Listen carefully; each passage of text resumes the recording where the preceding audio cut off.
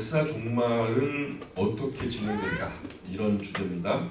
역사의 종말은 어떻게 진행될까? 한때 요한계시록을 다짜고짜 그 의미부터 해석하려고 하는 어떤 한 구절을 읽어놓고 첫 번째 그 의미는 이것이다, 두 번째 그 의미는 이것이다 하면서 그걸 갖다 학문적인 접근 또는 사변적인 접근, 자꾸만 생각 속에서 추상적인 개념을 세워서 자꾸만 이것을 철학적으로 또는 사변적으로 학문적으로 접근하려고 하는 수많은 사람들이 있었습니다. 그 중에는 뭐 신학자들도 있었고 목회자들도 있었고요, 성경학자들도 있었고. 요한계시록에 대해서 지레 겁을 먹어요. 그래서 너무나 어렵게 막 복잡하게 바뀌어 버렸어요. 그래서 요한계시록은 되게 쉬워요. 왜냐? 요한계시록이라는 것이 어떻게 생성됐는지만 잘 우리가 이해를 하면 요한계시록이 훨씬 더 쉽게 접근할 수 있는 좋은 길이 열립니다. 왜냐? 요한계시록은 사도 요한이 예수님께서 보여주신 것을 목격한 거예요. 그 목격한 대로 그것을 글로 표현했고, 글로 표현한 내용을 다시 사도 요한이 보았을 그 장면으로 재구성하면 아주 쉽게 요한계시록을 이해할 수 있다는 거죠. 이것을 처음에 사도 요한이 예수님이 칠판을 앞에다 갖다 놓고 사도 요한을 앞에다 앉혀놓고 잘 들어봐 하면서 강의를 했다면 그 철학적으로 접근해도 되고 사변적으로도 또 그 학문적으로 접근해도 크게 이상하지 않아요. 그런데 우리 주님 예수님께서 사도 요한을 이끌어서 천상의 세계로 올리셨거든요. 그리고 보여주신 거예요. 그러니까 본 그대로 그 장면을 재구성하면 훨씬 더 이해하기 쉽게 다가오는 것이 요한계시록이라는 거죠. 한마디로 그림 언어라는 거죠. 나아가서 이런 장면을 보여주신 이유를, 그런 장면이 어떤 장면이었고, 그런데 왜 하필 그런 시대에 그런 사람들에게 이런 장면을 보여주셨을까라고 하는 역사적인 배경 가운데 그것을 생각해 보면 그 의미는 크게 어렵지 않게 설명되고도 남는다는 거죠. 그래서 성경은 역사 종말이 어떻게 이 땅에서 시작되는가를 말씀하고 있는데, 우리가 잘 알듯이 요한계시록 1장 한번 펴보실까요? 요한계시록 1장 19절에 보시면, 지난 시간에도 우리가 함께 나누었었는데, 요한계시록 1장 19절에 보시면 같이 읽어볼게요. 시작. 그러므로 내 본 것과 지금 있는 일과 장차 될 일을 기록하라. 그래서 요한계시록은 크게 이 세 가지 이 내용이다라고 보시면 좋습니다. 그래서 내 본 것과 지금 있는 일과 장차 될 일, 이 세 가지가 내용의 전부인데, 1장은 이미 벌써 거기서 설명이 나오죠. 20절에 보니까 네 본 것은 하고서 친절하게 얘기하고 있어요. 자, 네 본 것은 내 오른손의 7별의 비밀과 또 7 금촛대라. 7별은 7 교회의 사자요. 그래서 메신저라 그랬죠. 그 목회를 7 교회를 맡아서 목회하는 목회자들을 말한다라고 말씀을 드렸어요. 그리고 7 촛대는 7 교회니라. 성경이 해석하니까 따로 해석할 이유가 없죠. 여기다가 우리가 다른 토 달 이유가 없죠. 뭐 성경이 친히 그것에 대해서 확실하게 7 별은 7 교회의 목회자들이고 7 촛대는 7 교회니라 이렇게 해석했는데 여기다가 부연 설명 달 필요가 없어요. 그러니까 내 본 것은 지난 시간에 우리가 살펴보았듯이 예수님을 믿는 것 때문에 유대교로부터 벗어나서 수많은 박해와 핍박 속에 놓여있던 초대교회 성도들이 또 붙잡힐까, 예수님 믿는 신앙 때문에 또 고문당할까, 또 잡혀서 죽는 것은 아닐까, 많이 핍박과 유혹 속에서 힘들어하고 그냥 옛날 유대교라고 그냥 이름만 바꿔놓고서 기독교 신앙을 가지고 그냥 갈까, 뭐 별의별 유혹, 한쪽에선 유혹이 있고 또 한쪽에선 핍박이 있었을 거란 말이죠. 그런 사람들에게 오늘 예수님께서 죽어서 저 멀리 9만리 바깥에 우주 끝에 가 계시는 것이 아니라 교회 사이사이 7 교회를, 지금 자신들이 섬기고 있는 이 교회를 중심으로 예수님께서 지금 살피고 계시고, 또한 그 사도 요한만 죽으면 모든 사도들이 다 죽어서 더 이상 주님께서 손에 붙들고 쓸 사람이 없을 거다 이렇게 생각하고 있었는데, 그게 아니라 지금 현재 이 교회를 담임하고 있는 목회자들을 우리 주님께서 오른손에 붙들고 사용하고 계시다라는 것을 이제 이들이 알았으니까요. 그러니 두려워할 이유가 있어요, 없어요? 두려워하지 않아도 되는 거죠. 왜냐하면 예수님께서 살피고 계시니까. 그래서 왜 두려워하지 말아야 되는지에 대한 이야기, 그죠?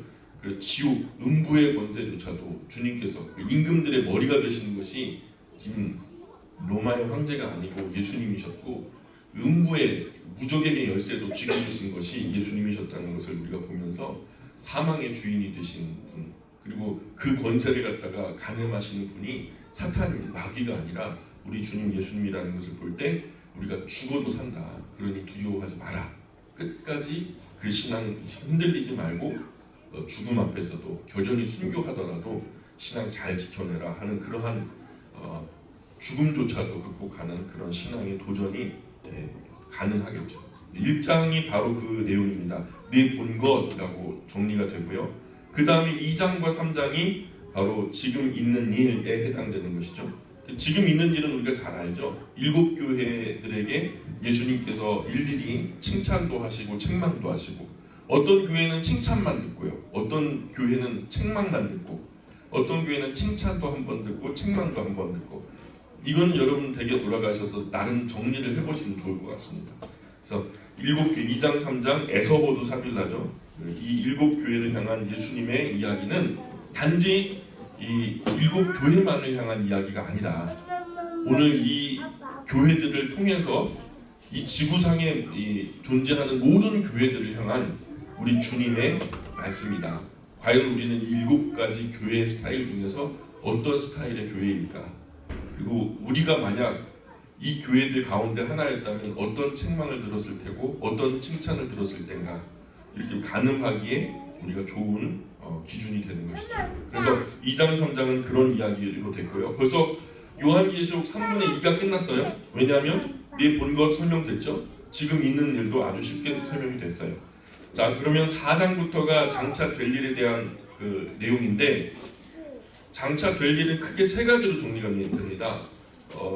이리로 올라오라 하고서 4장 5장에 천상의 그림을 이렇게 보여줘요. 그것은 어떤 상태의 메시지거든요. 그냥 여기서 내 본 것, 지금 있는 일, 장차 될 일, 이 3가지 중에 어딥니까? 라고 하면 굳이 따져 말한다면 장차 될 일에 해당하는 건데, 장차 될 일에 대한 이야기를 들려주시고자 천상으로 이끌어 올리신 거죠, 사도 요한을. 그리고 그것을 보여주시기 위해서 사전 이끌림을 받고, 또 그 이끌림을 받은 자리에서 어떤 모습이 있었는지에 대한 이야기를 하는 것이 바로 4장에 대한 얘기거든요. 그래서 4장부터가 장차 될 일이 설명되어지는 부분인데, 장차 될 일은 크게 3가지로 나눠진다.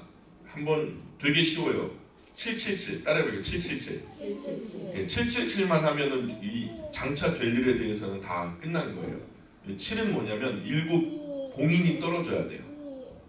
7 봉인이 떨어지고, 2번째는 7 나팔이 불려져야 되고, 3번째는 7 진노의 대접이 쏟아져야 되는 거예요. 그래서 그 777이 가장 중요한 흐름의 가운데 놓이게 되고, 그것만 기준으로 이해를 하게 되면은 장차 될 일에 대한 이야기가 쉽게 이해될 수 있다는 거죠.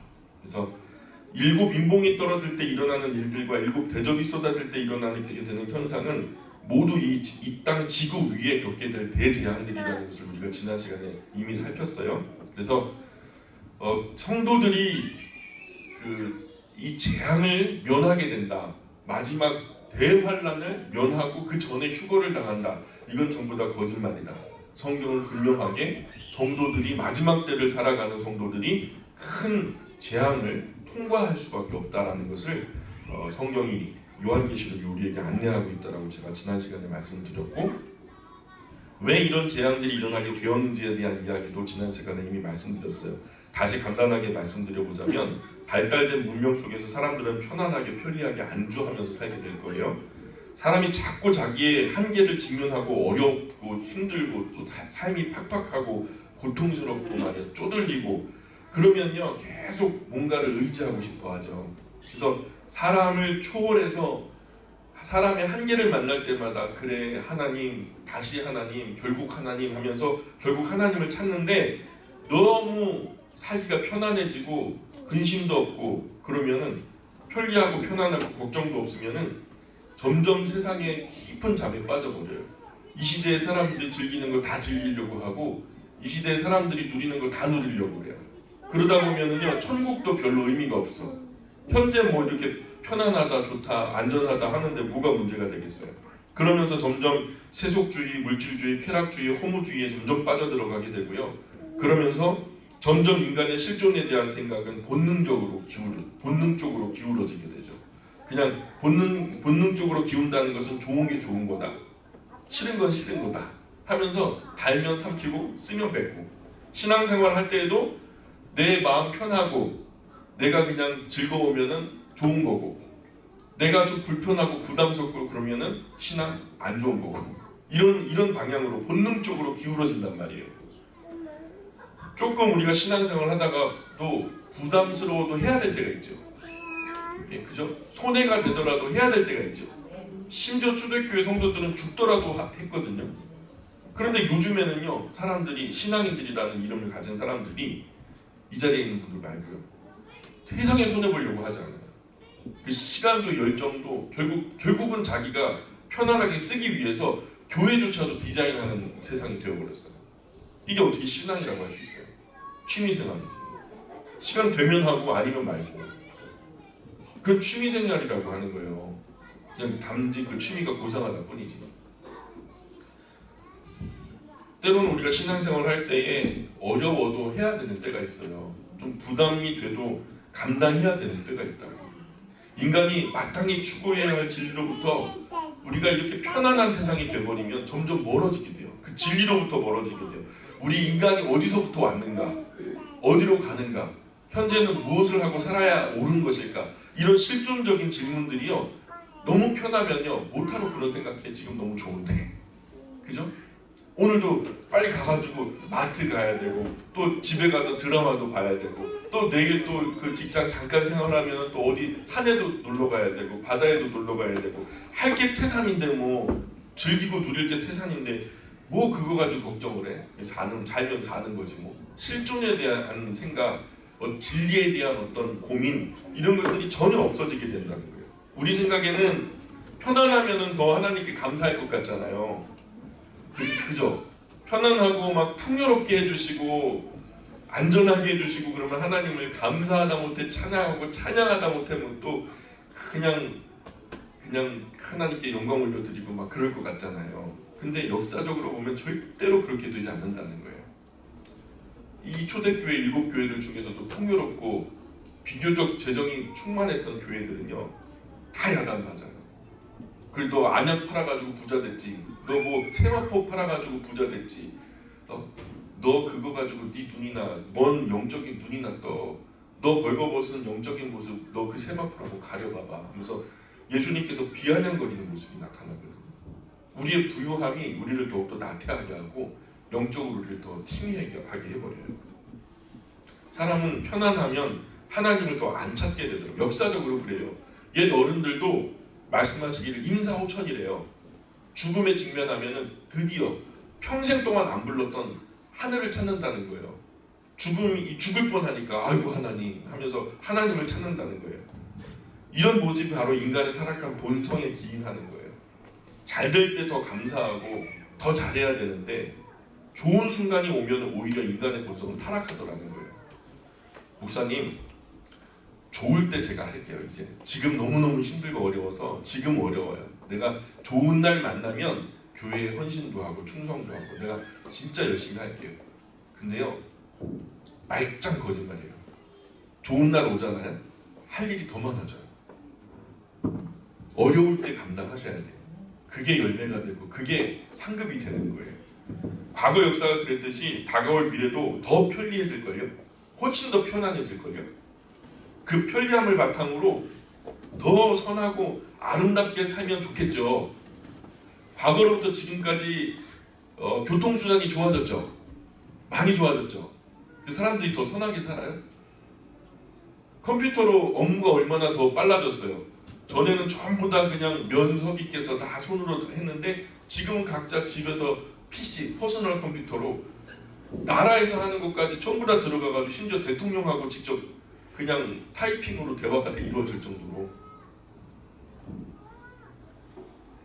살기가 편하고 아름답고 좀 이렇게 편리해졌으면 우리가 더 선하게 살고 더 아름답게 하나님 앞에서 살면 좋겠는데 오히려 세상에 더 깊고 더러운 면이 보이거든요.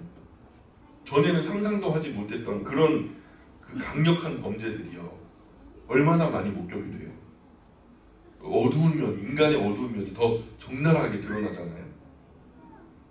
이런 모습이 과거로부터 지금까지 진행되어 온 인간 역사예요. 과거 뭐 우리가 화살 쏘고 뭐 창 던지고 칼로 칼싸움하고 그럴 때는 뭐 몰랐죠. 화약이 개발되고서 화약 가지고 이렇게 탄광에 가지고 캐는데 편리하게 쓰려고 그랬나요? 그 탄약 가지고 뭐 했어요? 다 결국에는 무기 만들어갖고 사람 더 많이 죽이잖아요. 다이너마이트 개발했던 노벨이 말이에요. 예. 그거 개발하면서 얼마나 후회했어요. 그것 때문에 전쟁이 나가지고 사람들이 죽어나가는 것을 보면서 예. 얼마나 그 추한 이름을 별명을 얻게 됐는지 몰라요. 노벨이. 그래서 마지막에 눈 감을 때 너무 미안하다. 인류 앞에 너무 씻을 수 없는 죄를 지은 것 같다는 가책이 된 거예요. 그래가지고 나의 모든 재산을 세계 인류에게 환원한다. 이것으로 세계 인류 공경에 이바지 하는 사람들에게 선물과도 같은 상을 주라. 그래갖고 노벨상이 제정된 거 아니겠습니까? 그러니까 이런 모습이 과거로부터 지금까지 진행되어 온 인간 역사인데 하나님은 이러한 때를 안타까워하시면서 우리 지금보다 훨씬 더 편리해질 미래의 어느 날 마지막 종국사적인 역사의 종말의 날에 마지막 마침표를 찍기 바로 직전에 잠든 영혼들 하나라도 더 깨우시려고 인류를 흔들어서 크나큰 천재지변을 일으키고 그 가운데 사람들이 정신 바짝 차릴 거 아닙니까? 지진이 엄청나게 나고 내가 평생 의지했던 모든 재산권들이 다 박탈당하고 내 건강이 막 크게 상처를 받고 사랑하는 사람들이 막 죽어 자빠지는데 그러면 어떻게 돼요? 그러면은 엄청나게 큰 천재지변, 그 전쟁이 막 꼬리를 잃고요. 그리고 먹을 것도 없고 마실 것도 없고 이 세상의 역사를 보면 평화가 온 때가 길게 이어지는 게 별로 없어요. 지금이 아마도 인류 역사상 가장 평화가 오랫동안 유지되는 때인 것 같아요. 이 땅 위에 완전하고 영원한 평화는 없다. 이거는 확실한 거예요. 일정한 기간 평화는 있었어요. 역사적으로 인류에게 속했던 대부분의 평화는 그 평화 기간 동안에 뭘 하기 위한 평화였냐면 전쟁 준비하기 위한 평화 기간이었다는 거예요. 전쟁이 사라지는 그런 평화는 이 땅 위에는 없다라는 거예요. 성경이 말씀하는 거예요. 성경이 가르치듯이 평안하다, 안전하다 할 때 잉태된 여인에게 해산의 고통이 갑자기 임하는 것처럼 환난과 재앙의 날도 그렇게 인류 앞으로 속히 다가온다라고 말씀하세요. 전쟁이 임하게 되고 그 뒤를 따라서 기근이 임하게 될 거예요. 기상이후가 생기면서 기근도 심해지고 있는데 거기에 전쟁까지 보태지면서 기후적인 요소와 인류의 어떤 악한 욕심에 기인한 전쟁이 결국 그 기근과 더불어서 혹독함을 가중시켜서 인류 역사의 종국사적 종말의 날에 인류가 맞는 그 기근은요, 과거 우리가 어느 때 목격했던 기근보다 훨씬 더 혹독한 거예요. 그 재산 피해, 인명 피해, 배가 될 거예요. 성경의 가르침은 그 후에 그 전쟁과 그 기근 이후에 지진이 일어나게 된대요. 근데 그 지진이 역시 인명 피해가 엄청날 거예요. 그런데 안타깝게도 그 지진의 때에 말씀하시는 것은 그러한 모든 재앙이 이제야 시작일 뿐이라는 거예요. 끝이 아니라는 거예요. 예수님께서 난리와 난리의 소문이 들리고 처처의 기근이 있을 거다. 이렇게 말씀하셨어요. 요한계시록의 그림과 완전하고 구체적으로 일치되어지는 부분이에요. 자, 우리가 요한계시록으로 돌아가 보면 이제 앞으로 되어질 일들에 대해서 얘기하는 그런 부분에서 7개의 봉인이 떨어지거든요. 이것을 이제 진행하시는 분은 그 아들 어린 양 예수 그리스도께서 죽은 자 가운데 다시 사신 이분이 심판주로 되셔서 인봉을 떨치시는데 인봉이 떨어지면서 보여지는 장면이요. 첫 번째는 흰 말을 탄 자들이 이제 보이게 되죠. 흰 말을 탄 자가 손에 활을 가졌고 면류관을 받고 나아가서 이기고 또 이기려고 한다는 거예요. 자, 흰 말을 탔으면 그리고 머리에 면류관을 받았으면 영광을 얻었다는 거예요. 전쟁에서 승리했다는 거죠. 그럼 전쟁에서 승리했으면 또 전쟁할 이유가 없잖아요. 그런데 아직도 활 내려놓지 않고서 계속 이기고 또 이기려고 전쟁을 즐기는 거죠. 탁월한 한 나라가 이겼는데 아직도 활을 놓지 못하고 또 이기려고 한다는 거예요. 두 번째, 전쟁의 그 전조죠. 고조되어지는 전쟁 분위기죠. 둘째, 이건 뭐 그냥 우리가 쉽게 이해할 수 있는 거죠. 둘째 인봉이 떨어지면서 보이는 장면이 붉은 말탄자가 허락을 받아서 땅에 화평을 제하여 버리며 서로 죽이게 하고 또 큰 칼을 받았다, 이렇게 기록되고 있잖아요. 이것은 뭐 전쟁이 일어났다는 얘기고, 세 번째 인봉이 떨어지면서 검은 말탄자가 나오는데 손에 저울을 가지고 엄청난 기근을 예언하고 있죠. 손에 저울을 들고 있다는 것은 양식이나 먹을 것을 공정하게 좀 나눠 먹기 위해서 저울을 가지고 재잖아요. 근데 그 음식을 나눠 먹을 정도로 어려운 기근이 다가온다라는 거죠.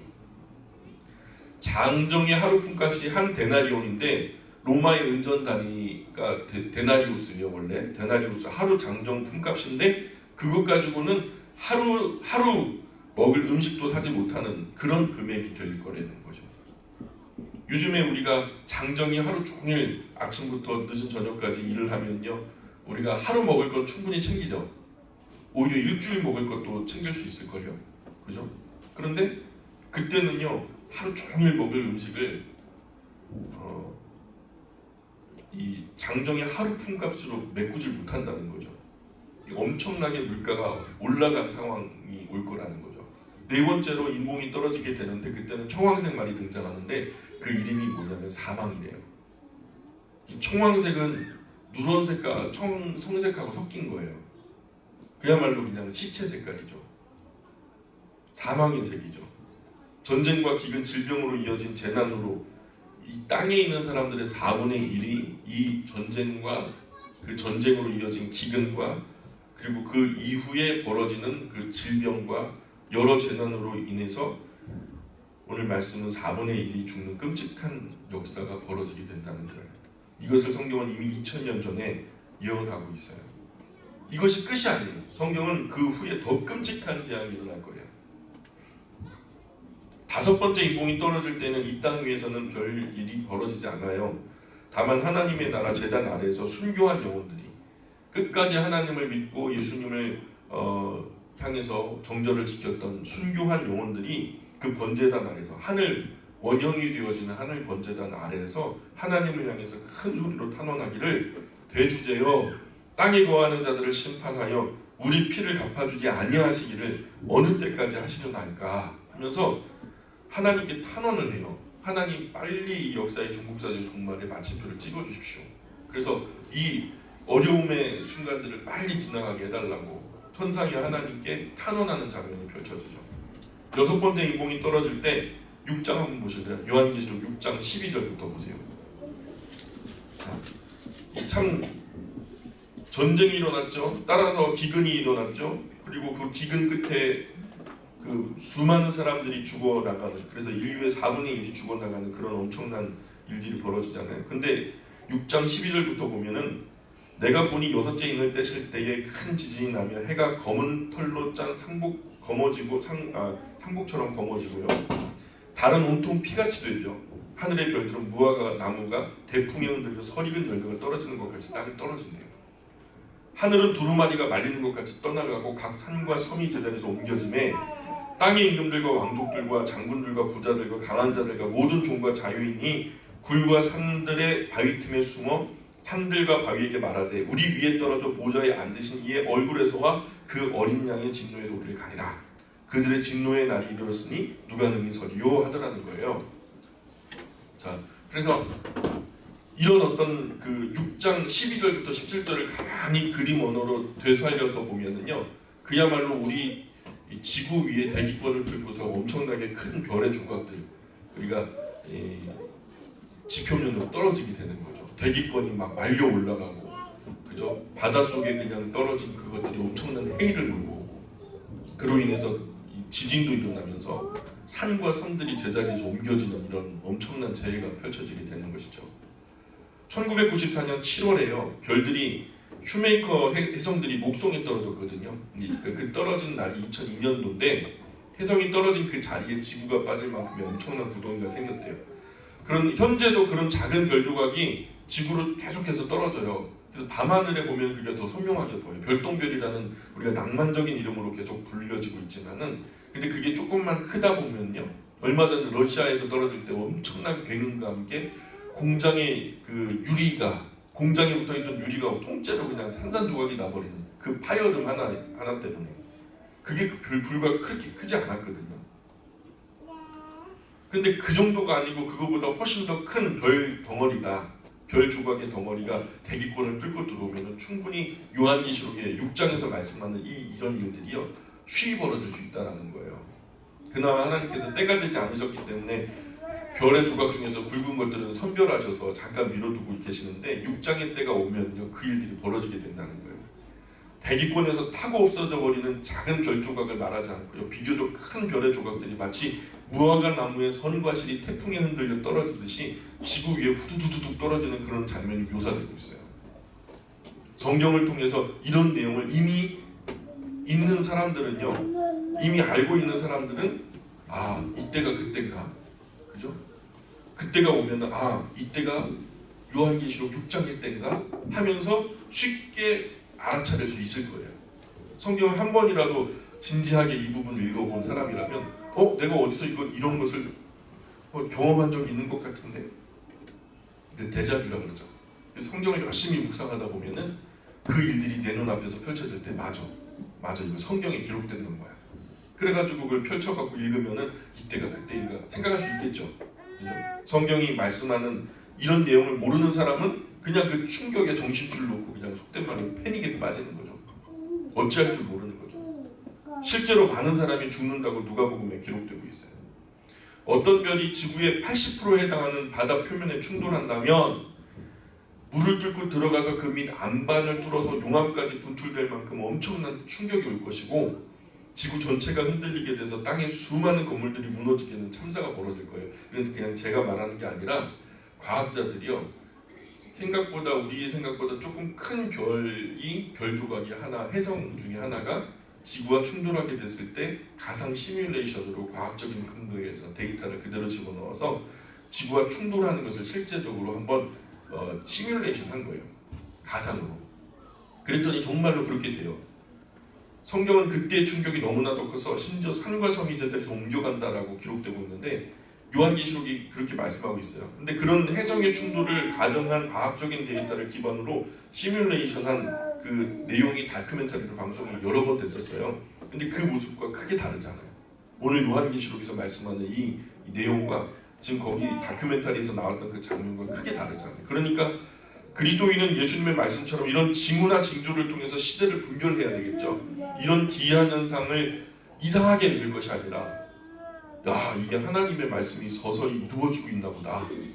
하나님의 말씀이 이제 드디어 이제 마지막 종국사적인 종말을 향해서 이제 달려가는 마지막 때인가 보다 하면서 깨어서 각성해야 된다라고 말씀하시는 거죠.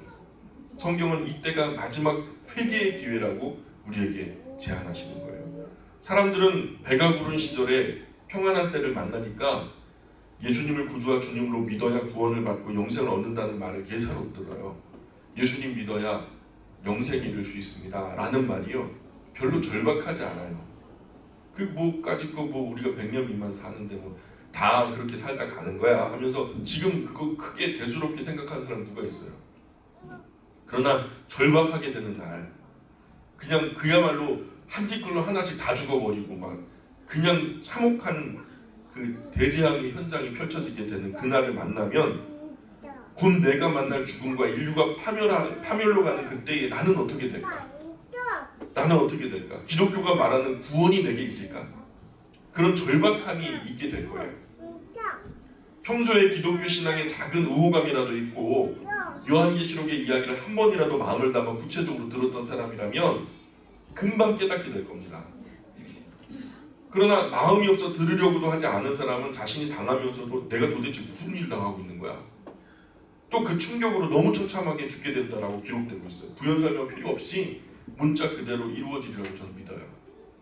그때 각 산과 섬이 그 자리에서 옮겨갈 뿐만 아니라 온 세상을 통치하는 지도자이든 고위층이든 부자든 종이든 자유인이든 군인이든 장군이든 쫄병이든 말할 것도 없이 모든 사람이 어느 산이나 바위 틈에 숨어서 산이 아예 우리 위에 떨어져서 하나님의 진노하시는 그 얼굴을 뵙지 않도록 해달라고 막 소리 지르고 막 고통스러워하는 장면이 펼쳐지죠. 이런 것은 어떤 영적인 해석을 곁들일 필요가 없어요. 그냥 진짜로 그렇게 실제적으로 문자 그대로 일어나게 될 것으로 보이는 거예요. 그런 다음 사람들이 울면서 회개하는 장면이 나옵니다. 이게 사실 요한계시록에서는 그것이 구체적으로 나타나지 않지만 우리가 창세기부터 계시록까지를 공히 다 읽어야 되는 이유가 어디 있냐면 요한계시록에 나타날 이야기들에 대한 힌트가 계속해서 구약에서부터 시작돼요.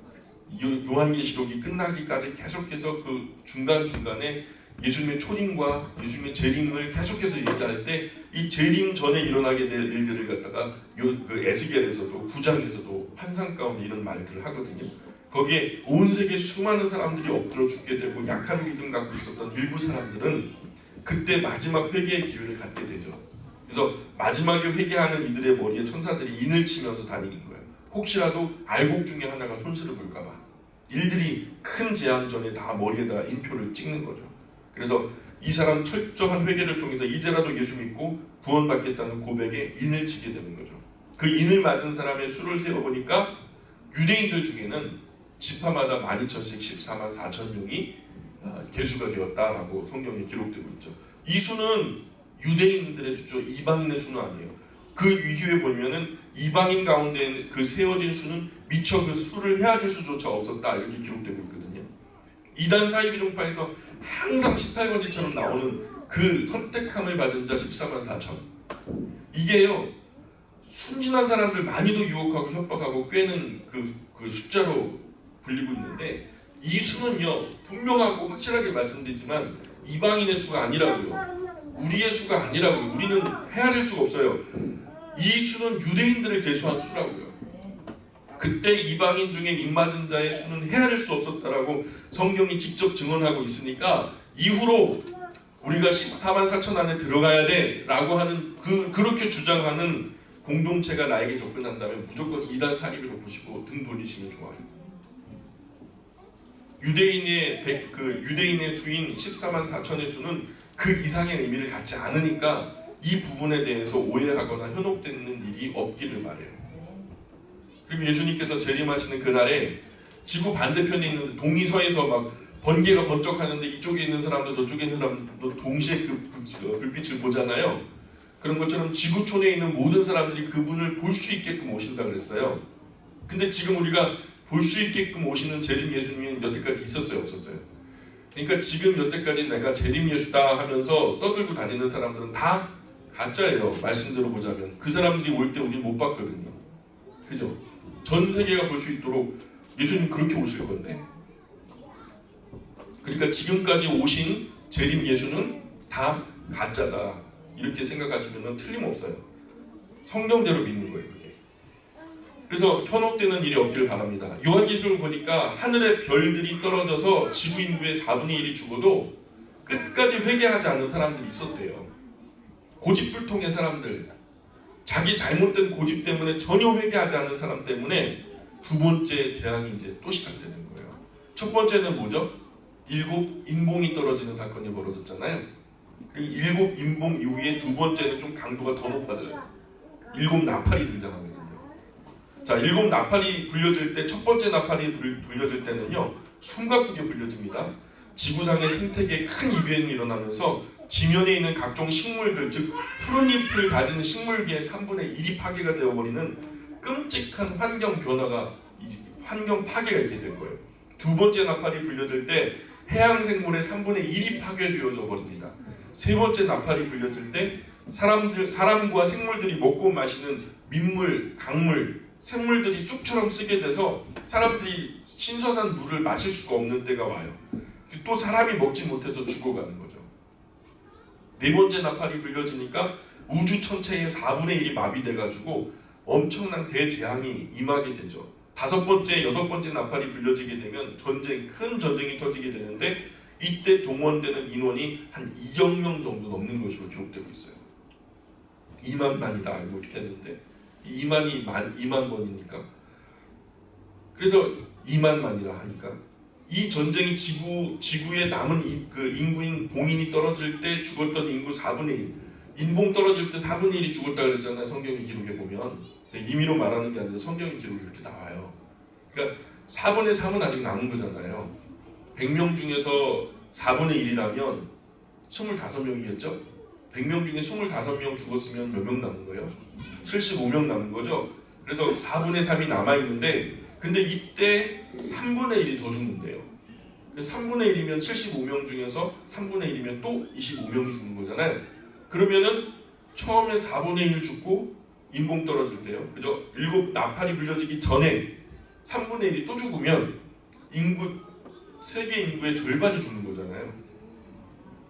예수님 오시기 전에 중국사전 역사의 종말의 날 직전에 7 인봉 사건과 7 나팔이 불려지는 이 과정에서 지구 인구의 절반이 죽는 무서운 말씀이 예언되고 있는 거예요.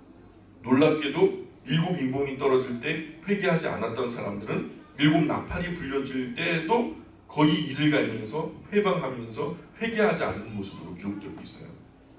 끝까지 하나님을 대적하면서 그때 어떤 짓을 벌이냐면 금과 은과 철과 목과 석으로 우상을 만들어 갖고 그걸 섬기면서 하나님을 조롱하죠. 세상에는 두 가지 신이 있어요. 인간을 만드신 신과 인간이 만든 신이 있다. 이게 바로 인간이 만든 신들이에요. 그러면서 끝까지 회개하지 않으면서 인간이 만든 신을 섬기는 거예요. 인간을 만든 신을 향해서 등을 돌리고, 우리는 이런 날이 이르기 전에 하나님의 말씀에 귀를 기울이고 성경에서 무슨 말씀을 하고 있는지 잘 살펴야 돼요. 그래서 그런 날이, 우리 생존의 날이 오더라도, 우리가 생존하는 가운데 오더라도 준비된 자세로 변함없는 견고한 믿음으로 버티고 승리할 수 있어야 되는 거죠. 아, 이때가 그때인가 보다. 이제부터는 어금니 꽉 물어야 되겠는걸. 죽더라도 내가 주님에게서 멀어지지 말아야지 하는 각오로, 순교자의 각오로 우리가 마음을 다지는 그런 예비 과정이 필요한 거고요. 혹여 우리의 살아있는 생존의 날이 닿을 때까지 이러한 날이 이루어지지 않을지라도 우리 자손들은 알아야 되겠죠. 그래, 우리 자손들이 때에 이런 일이 벌어질 수 있잖아요. 그러니까 이런 인류 역사의, 중국사적 역사의 결말을 진지하게 교훈해서 이 준비된 믿음과 신앙이 우리 가정과 가문과 교회에서 주님 부르시는 그날까지 계속 계승되어질 수 있도록, 계속 연결될 수 있도록 우리가 믿음으로 기도하면서 준비해야 되는 이유가 여기 있는 거죠. 또한 그때 우리가 당하게 될 유혹과 환란이 있어요. 유혹과 핍박. 요한계시록 마지막 부분을 가만히 보면 예수님께서 이렇게 말씀하시거든요. 종말이 가까움을 볼수록 자신의 생활을 살펴서 각자가 자기 두루마리를 빠는 자가 복이 있다고 말씀하세요. 요한계시록을 읽은 후에 그런 부분들이 나오는데, 여기서 말하는 두루마기는 뭐냐면 옷이에요. 옷은 또 친절하게 그 부분에서 설명을 해주시는데, 그 옷은 성도들의 옳은 행실이다, 이렇게 기록하고 있거든요. 그러니까 결국 이 땅에서 성도의 삶은 옳은 옷을 준비하는 거예요. 그러니까 이 땅 위에서 성도의 삶을 옳고 선해야 돼요. 그 옳고 선한 삶으로 하나님 앞에 서게 될 날을 마치 깨끗한 옷과 같이 준비해야 한다라고 예수님께서 가르쳐 주시는 거예요.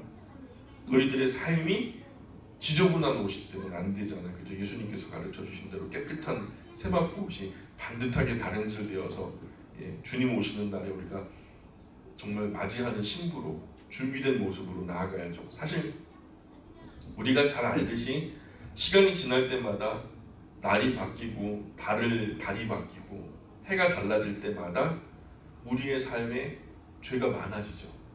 그러면 아무리 처음에는 깨끗했던 옷이라도 거기 자꾸만 먼지가 묻고 얼룩이 더 얼룩지고, 결국에는 이 옷이, 우리의 행실의 옷이 살면 살수록 더 더러워지지 깨끗해지진 않아요. 그죠? 우리가 잘 알아요. 그렇기 때문에 매일, 매달, 매해 우리의 삶에 이런 잘못된 행실의 찌든때를 지우려는 노력이 필요하죠. 이 하루를 산 동안 잘못된 말과 행실들을 돌아보고 하나님께 용서 구할 것은 회개함으로 용서를 구하고, 사람들에게 잘못한 것이 있다면 말로, 마음으로, 행동으로 풀 것은 풀어야 하고, 사과할 것은 사과하고, 해결할 것은 해결해서 정중한 사과와 새롭게 하려는 노력이 필요하다는 거죠.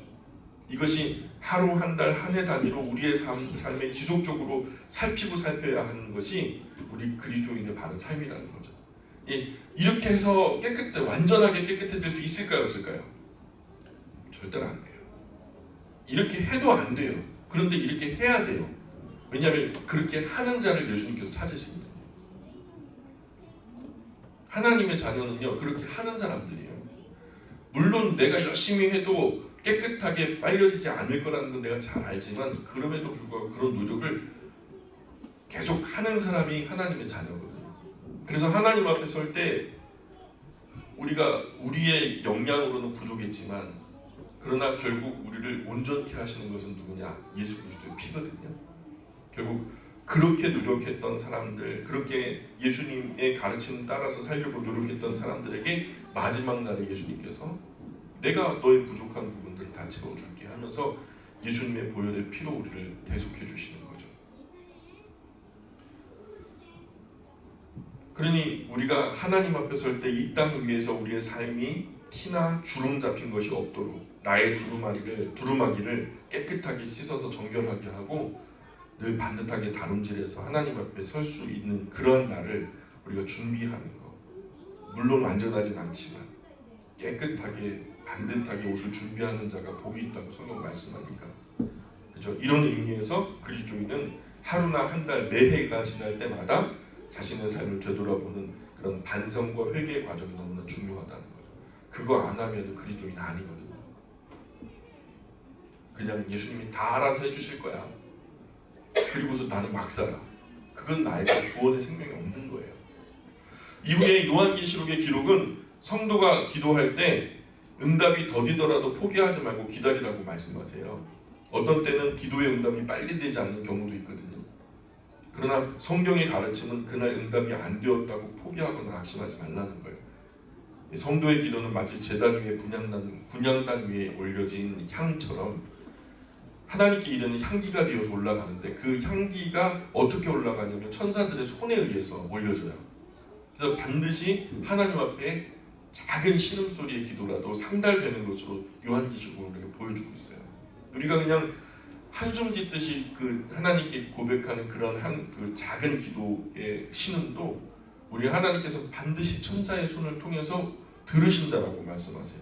그러니 성도의 진실한 기도는 공짜가 없다는 거예요.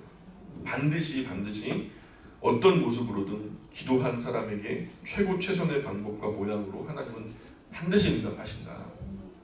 하나님의 때에 하나님의 방법으로 하나님의 것으로 반드시 응답하신다. 우리가 이것을 기억하셔야 돼요. 그것이 이제 그 뒤이어서 말씀하시는 내용이고, 또 요한계시록을 우리에게 말씀하는 또 하나의 내용은 마지막 때가 되면은요, 사탄이 영원한 지옥 형벌을 코앞에 두게 되니까요, 이 땅 위에 하나님의 형상대로 지어진 성도를 심하게 괴롭히게 돼요. 그때가 가까워지면은 그 핍박도 유혹도 그 도가 훨씬 더 지나쳐 버려요. 그래서 이 사탄과 귀신들이 함께 멸망당하기를 바라는 이 최후의 발악을 하는 것으로 말씀하고 있어요. 양상이 두 가지로 나타나는데 이 사탄과 귀신들이 강력한 유혹을 할 거예요. 엄청나게 강력한 유혹과 더불어서 둘째는 그렇게 유혹해도 안 넘어가는 사람들은 강력한 핍박을 하게 될 거예요. 그래서 사탄의 한 손에는 유혹이 들려져 있고 다른 한 손에는 핍박이 들려져서 한쪽에서 계속 핍박을 해요. 한쪽에서는 유혹을 하고, 그죠? 한쪽에서는 유혹을 하고 또 다른 쪽에서 핍박을 하고. 그래서 한쪽으로 모는 거죠. 결국에는 자기들의 함정에 빠져서 함께 멸망당하기를 바라는 거죠. 누가? 하나님의 형상대로 지어진 인간들이. 유혹의 방법은 참된 진리에 근거하지 않은 거짓된 종교로 이루어질 거예요. 또 하나님께서 허락하지 않은 여러 이상한 인간의 욕심과 악함으로 기인해서 세워진 그런 종교를 많이 만들어가지고, 야, 뭐 어떻게든 뭐 종교 하나만 믿으면 되지 않냐, 뭐 이것이 하나님이든 알라가 하나님이든 부처님이 하나님이든 뭐 하여튼 모든 하나님이든 마리아가 하나님이든 하나만 믿어라, 그냥 까짓 것, 결국엔 정상에서 다 만날 테니까. 이런 어떤 이상한 가르침에 꼭 하나님만 믿을 필요는 없어, 꼭 예수님으로만 하나님께 이를 이유는 없어 하면서 여러 종교로 사람들을 유혹하게 될 거라고 성경은 얘기하고 있어요. 그리스도인은 이 부분에 절대로 잊지 말아야 돼요. 이 부분이 분명히 우리의 앞날에 있게 될 거니까. 사탄의 목적은 어떻게 하든지 사람을 하나님을 못 믿게 하는, 구원에 이르는 유일한 길인 예수님을 못 찾게 하는 것이 목적이라는 거죠. 내가 뭐 길이요 진리요 생명이 나로 말미암지 않고는 아버지께 올 자가 없다라고 말합니다. 예수님을 통하지 않고는 하나님께로 이를 길이 없어요. 다른 길이. 근데 사탄은요 다른 길이 있다라고 자꾸만 이렇게 유혹하고 미혹하고, 그래서 그 음녀라고 대칭되어지는 거짓된 종교와 더불어서 짐승이라고 대칭되어지는 정부와 야합해가지고, 그죠? 사탄은 자신의 목적에 성공하니까 거짓된 많은 종교를 많이 만들어가지고 온 세상을 혼란하게 혼잡하게 할 거예요. 특별히 어떤 신비한 기적을 일으키는 그러한 종교도 생겨난대요. 구원의 생명의 길인 예수님을 믿고 따르는 사람들이 심히 많이 유혹될 거다, 이렇게 수많은 사람들이 배교하게 될 거다, 그런 시기가 올 거다라고 예언하고 있어요. 심지어 거짓 종교 지도자들이 하늘을 명해가지고 거짓된 종교예요. 우리 기독교가 아닌, 성경대로 믿는 종교가 아닌 그 거짓된 종교가 하늘을 향해서 명을 하니까 불이 그냥 내려와가지고 막 임하는, 그런 정도로 기적을 행하면서 사람들을 유혹하는 걸 또 보여주고 있거든요. 그래도 미혹받지 말래요. 이런 이야기가 마태복음에도 나오고 요한계시록에도 똑같이 기록되고 있어요. 또 사탄은 또한 그리스도인을 유혹하다가 안 되면 핍박하게 될 거예요. 그래도 안 되면 죽이기도 할 거예요. 심지어 거짓 종교와 거짓 종교는 정치와도 야합을 하게 될 것이고, 원래 좋은 정치는 선한 거죠. 왜냐면 좋은 정치는 많은 사람들을 복되게 하거든요. 근데 성경이 말씀하는 인류 역사의 마지막 시절의 정치는요, 거짓된 종교와 야합해가지고 똑같이 타락해가지고요, 두 존재가 서로 야합하여서 악한 짓을 하는 것으로 보여져요. 종교는 정치가 잘못할 때 고준소리 쓴소리 하면서 예언자적인 사명을 감당해야 되는데, 성경에 나타난 마지막 때의 세상은요, 정치와 종교가 연합해가지고 함께 악을 행하게 되는 것으로 나타나게 돼요. 마지막 때의 거짓 종교는 음녀, 음탕한 여자, 이렇게 묘사되고 있어요. 그래서 그리스도를 대적하는 저 그리스도가 악한 권세와 야합해. 악한 권세는 뭐죠? 사탄의 힘을 빈 거예요. 사탄이 홀을요, 붉은 용으로 치부되는 그 사탄이 그 통치에 해당하는 홀을, 왕의 홀을 짐승에게 넘겨요.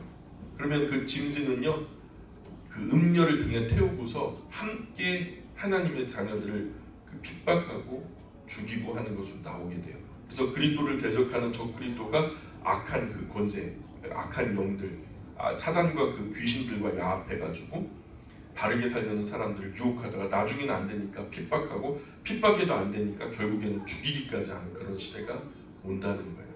그래서 번제단 아래 순교한 영혼들이 하나님을 향해서 왜 빨리 그날이 임하지 않게 하십니까? 우리의 억울함을 왜 이렇게 더디 풀어주십니까? 하나님의 신원하심을 계속 바라면서 번제단 아래서 순교자들이 막 하나님께 탄원을 하는데, 하나님의 대답이 뭔 줄 알아요? 아직 순교자의 수가 채워지지 않았다는 거예요. 그때의 오른손이나 이마에 표를 받게 되고요, 그 표를 받지 않으면 상거래가 불가능하게 되는 날이 온대요. 어떤 분들은 이 부분을 가지고 당시 황제의 핍박이 두려워서 그들의 유혹과 핍박이 넘어갔던 사람들이 바로 이제 그 표를 받았다 안 받았다 뭐 이런 식으로 이 얘기를 설명을 하거든요. 근데 이 부분을 찾아서 요한계시록 부분을 읽으면요, 절대로 그렇게 상징적으로 얘기하지 않아요. 너무나 직접적이고 또 확실하게 얘기하는 부분이 있어요. 그런 분들의 주장도 부분적으로는 이해가 가지만, 또한 이 부분이요, 실제적으로 받는 표일 수도 있다라는 것을 놓치면 안 돼요. 그럴 수도 있어요.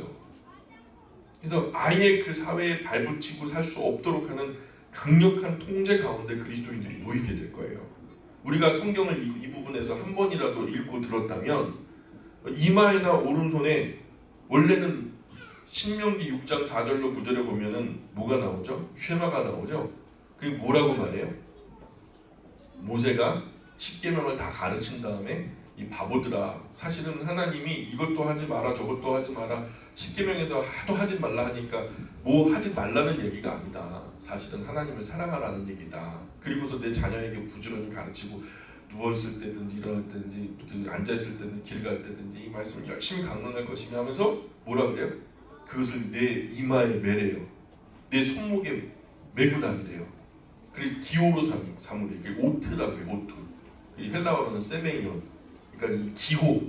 이게 뭐냐면 이거 볼 때마다 하나님 사랑을 기억하라는 거예요. 하나님 사랑. 저도 이거 하나 맸거든요. 이 메고서 이거 볼 때마다 뭘 하냐면은 이게 사인 같은 거예요. 내가 이거 왜 맸지? 왜 맸을까?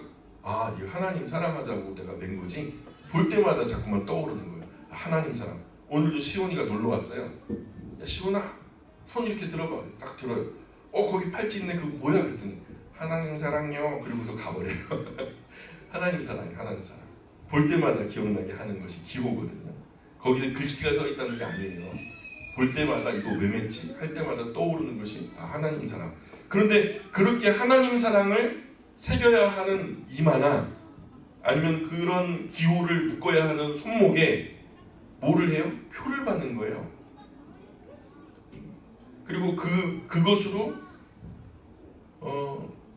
물건을 사고 파는 거래를 하게 되고, 그렇게 되면 기독교인들은 거기에 반발하게 되거든요. 이 부분을 읽었던 사람들은, 그리스도인들은 이거 안 되는 건데, 성경에 이게 분명히 기록됐는데 이렇게 하면 안 될 것 같은데 하면서 난 안 할 거예요. 그러면은요, 이 사람들이 왜 안 해? 이게 얼마나 좋은데, 이거 카드도 안 갖고 다녀도 돼. 이거 얼마나 편리한 건데, 의료 정보도 여기 다 담겨 있다. 너가 나중에 자동차 사고 나가지고 크게 어려울 때 벌써 그냥 막 헬리콥터가 와가지고 너를 벌써 건져가는 거야. 너 심장박동 같은 거 다 연결돼가지고 어떻게 치료할지, 너 잘못하면 너 죽는데 어떡할 거야. 그래서 막 그렇게 유혹하거든요. 근데 그래도 안 한다면 탄압을 해요. 막 물건 못 사고 우리의 공동체 안에서 살 수가 없어. 팔 수도 없어. 그런 시대가 오게 될 거라는 거예요. 이런 요한계시록의 말씀은 상징이 아니고 역사 가운데 구체적으로 실현될 것을 말씀하는 부분이라고 저는 확실하게 믿어요. 그래서 이게 단지 로마 황제를 거절하는 그런 어떤 이 신앙의 배교, 이것만을 얘기하는 것이 아니라 이런 표가 실제적으로 우리의 손목에나 이마에 새겨질 수도 있겠다라는 생각을 제가 하는 거예요. 어떤 분은 그래요. 아이, 목사님 말 같지도 않은 소리 하지 말라고. 마음이 중요하지. 하나님이 불꽃 같은 눈으로 마음을 꿰뚫어 보시면서 진짜 그 사람 안에 신앙이 있으면은 이마에 뭐를 새기거나 팔목에 뭐를 새겨도 그게 뭔 의미가 있냐고 말이야. 진짜 내 영혼이 중요한 거지 말이야. 육체가 구원받냐고 말이야. 이렇게 이마에 표를 받는 것, 손에다 표를 받는 게 무슨 소용이냐 하시는 분이 있거든요. 근데 우리가 아는 세상이 그렇게 선하지 않아요. 우리가 아는 세상이 그렇게 맹탕이 아니에요. 2013년에 뉴스 하나 보니까요, 미국의 어떤 잘 아는, 우리가 이름만 말하면 아는 공동체, 국가기관인데 스마트폰이나 PC나 여러 디지털 기기에, 각종 모든 그 기기에다가 스파이웨어라는 걸 심었어요. 그 사람이 행동하는 것들을 전부 다 관리하고 감독하는 거예요. 그래서 정치적으로 뭔가 이 사람이 제거돼야 되겠다는 그걸 갖다가 그 내용을 갖다 그대로 떠올려가지고 언론에다 터트려 버리는 거죠. 그래가지고 이 사람이 못된 사람이다 하면서 이제 정치적으로 죽여버리는 거죠. 근데 이게 최근에 또 중국에서도, 미국에서 또 이게 막 발표를 했는데, 중국에서 만들어지는 그런 스마트폰이나 이런데 중국산 스파이웨어가 심겨져 있는 것을 확인했다 하면서 첫 보전을 하고 있는 거죠, 말씀대로. 우리가 지금 스마트폰 들고 다니잖아요. 여기에 뭐가 깔려있는지 여러분 잘 알아요? 파일이 몇 개나 있는지.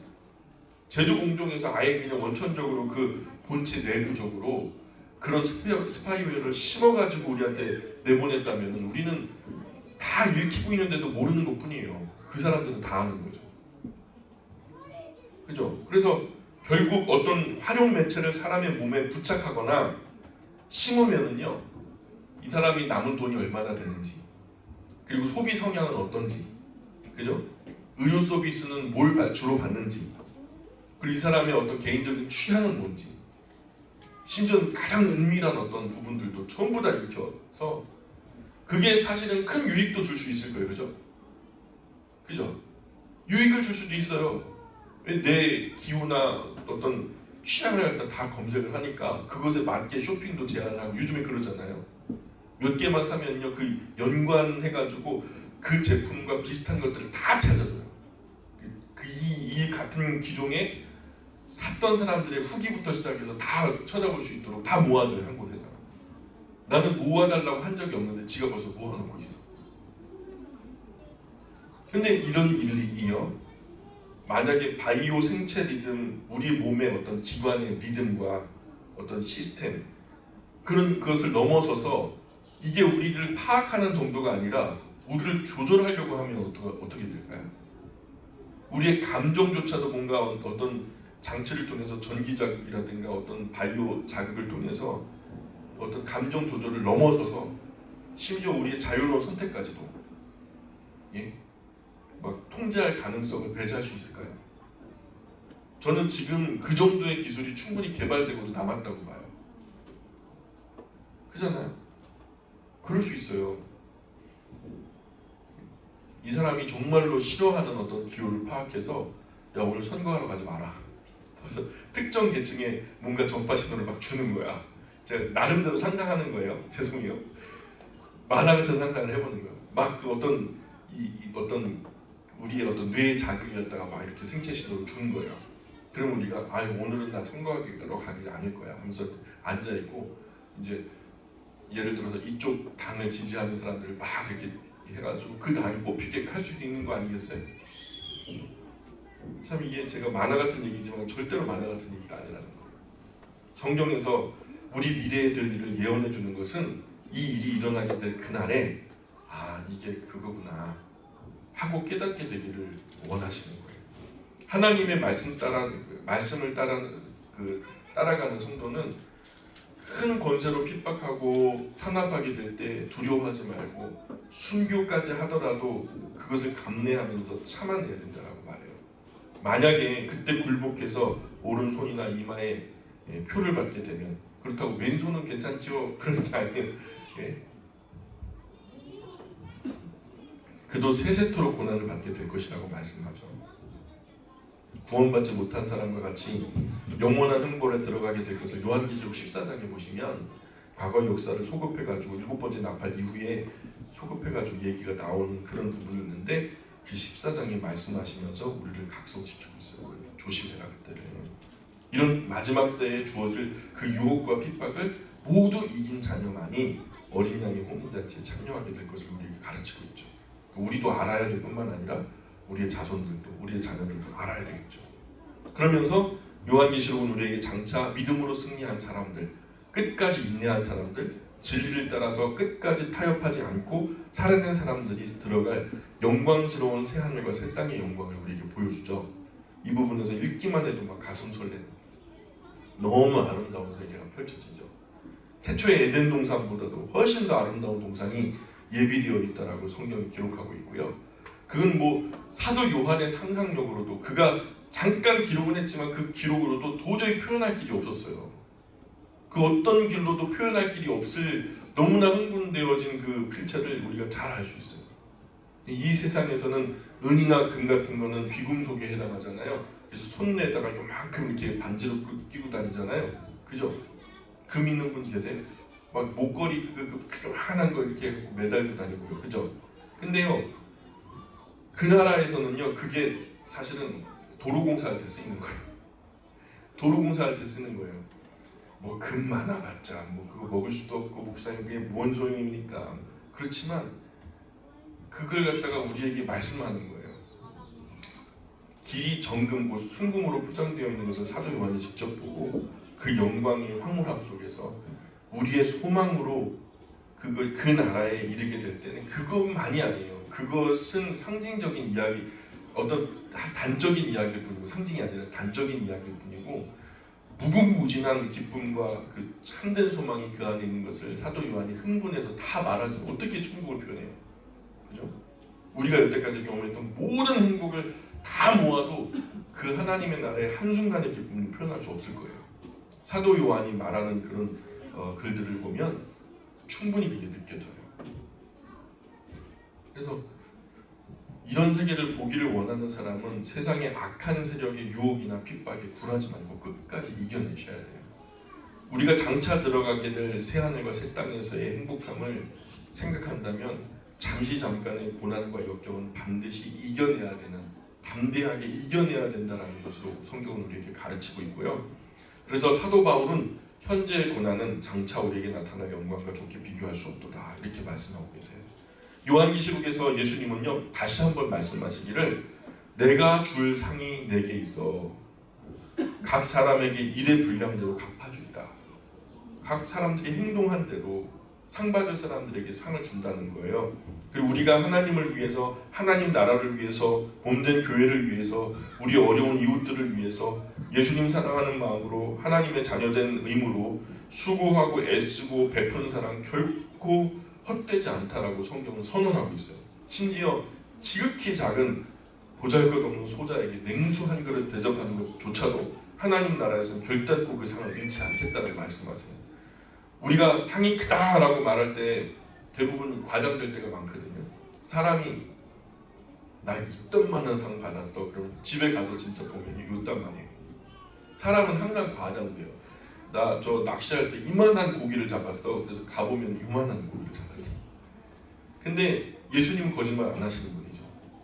근데 예수님이 직접 뭐라 말씀하시냐면 천국에서 상이 크다 그러셨어요. 예수님이 크다는 것은 진짜 큰 거예요? 가짜 큰 거예요? 진짜 큰 거예요. 진짜 큰 정도가 아니라 우리 스케일로 보자면 엄청나게 큰 걸 거예요. 결국 이 땅에서의 거룩한 삶이 영원한 나라의 삶을 결정하게 되는 겁니다. 그러므로 이 땅에서 마음대로 살고 세상 모든 이들처럼 즐길 걸 다 즐기고 누릴 걸 다 누리고 그냥 막 쾌락 쫓아서 즐거움 쫓아서 내 마음이 옳다라고 하는 거 다 쫓아서 마음껏 즐길 수 있는 자유가 사실 우리에게도 있죠. 그들이 그러는 것처럼 우리도 그렇게 살 수 있잖아요. 왜요? 우리도 할 수 있잖아요. 그러나 바울처럼 스스로 그리스도의 종이 되어서 그 모든 것을 절제하고 참아내고 오히려 그런 열정과 우리의 어떤 기회 시간들, 기회 비용들, 우리가 선용할 수 있는 그 많은 자유의 일들이 선한 일에 거룩한 일에 동참하는 모습으로 채워진다면 하나님께서 그것을 전부 다 하나님의 나라의 상급으로 쌓으실 거라는 거죠. 우리에게 주어진 자유를 스스로 절제하고 여유가 없어도 아름답고 좋은 일 앞에 앞장서는 사람에게 예수님께서 상이 크다, 이런 말씀을 하시면서 보물을 하늘에 쌓아주라.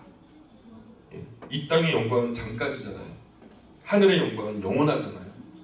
우리가 장차 들어갈 그 나라는 영원한 나라잖아요. 그래서 이 나라에서 영광을 받았다 해도요 순간이에요. 대통령이 돼도 몇 년이면 끝나고 장관이 돼도 몇 년이면 끝나고, 그죠? 뭐 무슨 우리가 학박사를 따고 뭐 검사 판사가 되고 뭐 변호사가 되고 뭐 하여튼 세상에서 영광이라는 것은 전부 다 가져도 순간이에요. 그냥 불과 몇 년 안 돼요. 그러나 100년 미만은 다 끝날 영광하고 비교할 수 없는 우리가 들어가게 될 나라는 영원하거든요. 이 땅에서 영광 아무리 높은 거 받아도 100년 미만에 끝나는데 그 나라에서는요 아무리 작은 영광을 얻어도요 영원한 거예요. 그러니 우리가 어느 것에 투자하는 것이 옳을까요? 거기에는요 사탄도 없어요. 더 이상 유혹도 받지 않아요. 그래서 시험도 당하지 않아요. 시기할 이유도 없어요. 질투할 이유도 없고요. 눈물도 이별도 아픔도 애통도 죽음도 어둠도 없다고 말씀해요. 사신혼이 아여주고 그야말로 영원한 세계에서 누리는 영원한 아름다움, 그 아름다운 세계를 소망하며 사는 사람, 그 이들의 밝은 미래를 우리에게 요한계시록 21장, 22장에서 확실하게 보여줘요. 그러니까 요한계시록은 세상 모두의 종말을 보여주지만 또한 그 종말 이후의 참된 소망으로 밝히 소망을 보여주고 있어요. 이 요한계시록을 우리가 끝의 책이라고 잘못 알고 있는데 아니, 시작의 책이에요. 끝은 그렇게 날 테지만 또 다른 시작을 너무나 아름답게 우리에게 소망 가운데 비춰주고 있어요. 세상이 끝장난 것만 보여주는 것이 아니라 그 후에 세상 아름다운 세계가 새롭게 찬란하게 시작되고 빛나는 것도 보여주죠. 앞 세상의 환난보다 그 뒤에 주어지는 세상의 소망이 훨씬 더 크기에 믿음을 가진 사람은 이기게 되어 있다는 거예요. 이런 소망을 가지고 있는 사람만이 이 세상에서 주어지는 어려움과 환난을 이겨낼 수 있다고 말씀해요. 우리가 성경 공부할 때 간혹 어떤 부분은 아무리 알려고 해도 모르는 부분이 있어요. 그죠? 우리의 짧은 생각으로 아무리 생각하고 연구해도 알 수 없는 사실이 있어요. 사실 모든 걸 다 알려고 하는 것이 또 하나의 유혹일 수 있거든요. 1번부터 10번까지 다 알아야 되는데 10번에서 잘 모르겠네. 그래가지고 이걸 알려고 우리가 좀 무리수를 두는 경우가 있거든요. 그냥 모르면 모르는 대로 놔둬야 되는데 억지로 알려고 하다가 성경을 사사로이 푸는 경우가 있거든요. 성경의 가르침대로 지식도 때로는 절제가 필요해요. 그죠? 지식의 절제를 하잖아요. 그래서 보여주시는 만큼만 보면서 나아가면은 점점 더 크게 보이는 것을 우리가 알게 될 텐데, 그래도 모르는 부분은 하나님께서 모르게 해 놓으신 거예요. 그게 유익한 건 줄 알아서 우리의 유익을 위해서 그렇게 하신 것으로 감사함으로 받으면 되는데, 예를 들어서 예수님이 언제 재림하실까? 몇 년, 몇 월, 며칠에 재림하실까? 그거 알아요, 몰라요? 성경에 모르게 해놓으셨어요. 천사도 모른대요. 하나님의 아드님이시지만은 예수님 자신도 모르신대요. 아버지만 아시느니라. 예수님도 모른다고 하신 것을 우리가 알면 어떡하려고?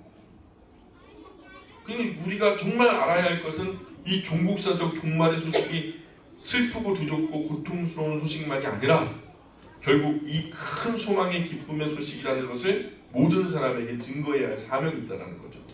이런 큰 환난 가운데 멸망되어 있는 것을 끝나는 게 아니라 멸망 끝에 새로운 세상이 시작된다는 것을 우리가 전해야 할 사명이 있다는 거죠. 예루살렘과 유다와 사마리아 땅끝까지 이르러 주님을 증거하는 것이 우리가 마땅히 알아야 할 소중한 일이죠. 언제, 어느 시, 어느 날짜에 오시는지는 모르지만 하나님 말씀 가운데 깨어있어 그 날과 시가 가까이 옴을 준비하는 지혜로운 사람이 되어야 된다라는 안내에 따라 우리는 그렇게 준비하는 사람들이 돼요. 성경을 알면 그 날이 가까이 오는 것을 절대로 모를 수가 없다라는, 반드시 알게 될 거다. 바울도 우리에게는 도적같이 임하지 않는다라고 우리에게 안내를 해요. 그러면서 너희는 낮의 아들이고 빛의 자녀이기 때문이다. 그 이유를 상세하게 설명하죠. 그래서 하나님 말씀 안에서 깨어 있으면 분명히 알 수 있죠. 왜냐하면 빛은 말씀이니까요. 말씀 안에 우리는 그날이 어떤 모양으로 임하는지를 알게 되니까요. 하나님께서 모르게 한 것을 알려고 하는 것도 지식의 무절제한 또 하나의 마귀의 유혹일 수 있다는 거예요. 그렇게 해가지고 몇 년, 몇 월, 며칠 못 박았다가 사람들이 예수님이 재림하지 않으시니까 다 실망하고 교회를 떨어져 나가고 교회를 벗어나는 사람들이 얼마나 많았어요. 대개 이단 사이비 종교 같은 곳에서 성경 모르게 해놓은 것을 우리가 드디어 알게 되었다. 예수님은 이것을 우리에게만 알려주셨다 하면서 신비한 어떤 이야기를 막 들려주듯이 사람들을 현혹해가지고, 그런데 이제 넘어가면 돼야 안 돼요. 앞으로 몇 년, 몇 월, 며칠이다 그러면 무조건 거기는 멀리 한 10m 돌아가셔야 돼요. 모르게 해놓은 것은 모르는 것이 우리에게 유익한 거예요. 모르게 한 줄 알고 다만 감사하면 되는 것이죠. 우리가 이 중국사정 종말에 일어날 일들에 대한 요한계시록 이야기를 대략을 살펴봤어요. 근데 이제 자세한 이야기를 드리지 못했는데 우리가 오후 성경 강좌에서는요 좀 자세한 이야기를 다루고, 또 우리가 주일 낮 예배 이야기 설교할 때는 더 깊은 이야기로 좀 들어가 보려고 해요. 우리 예수님께서 가르쳐 주신 길로서 예배 마칩니다. 하늘에 계신 우리 아버지, 아버지의 이름을 거룩하게 하시며 아버지의 나라가 오게 하시며 아버지의 뜻이 하늘에서 같이 땅에서도 이루어지게 하소서. 오늘 우리에게 일용할 양식을 주시고 우리가 우리에게 잘못한 사람을 용서하여 준 것 같이 우리 죄를 용서하여 주시고 우리를 시험에 빠지지 않게 하시고 악에서 구하소서. 나라와 권능과 영광이 영원히 아버지의 것입니다. 아멘. 하나님께 감사합니다.